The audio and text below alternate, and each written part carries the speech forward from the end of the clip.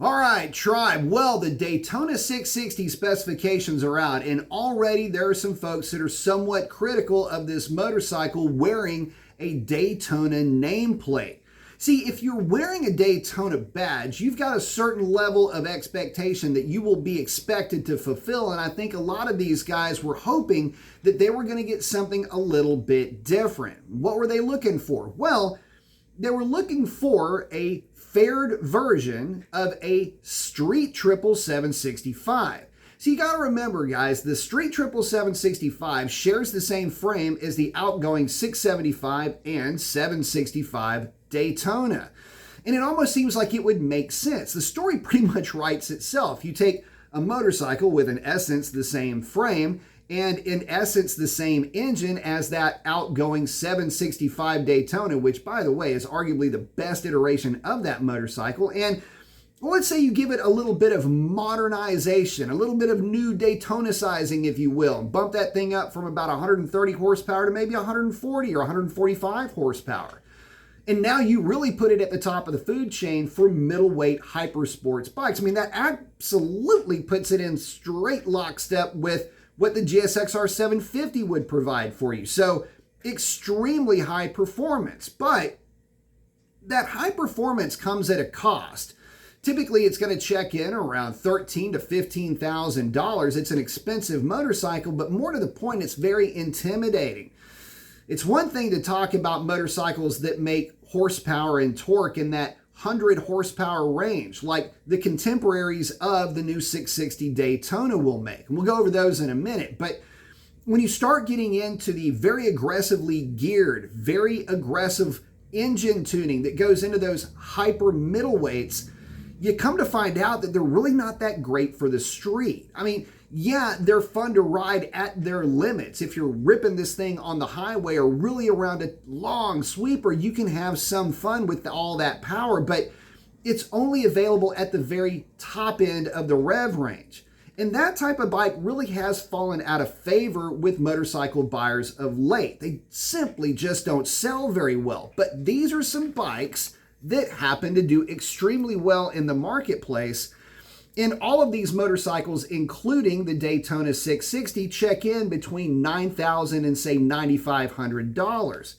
And they all offer up roughly 100 horsepower.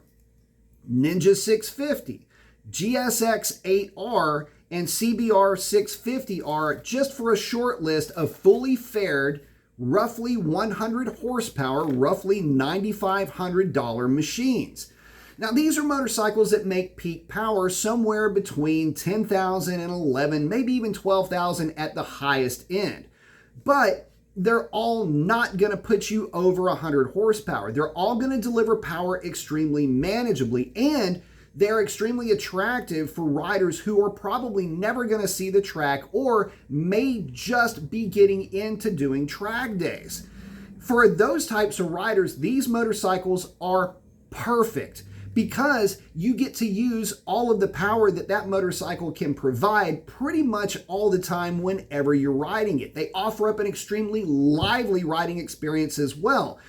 That, well, Trident Daytona 660, if you will, that thing's got a 51-tooth rear sprocket, just like the Trident and the Tiger 660 that share that same engine architecture.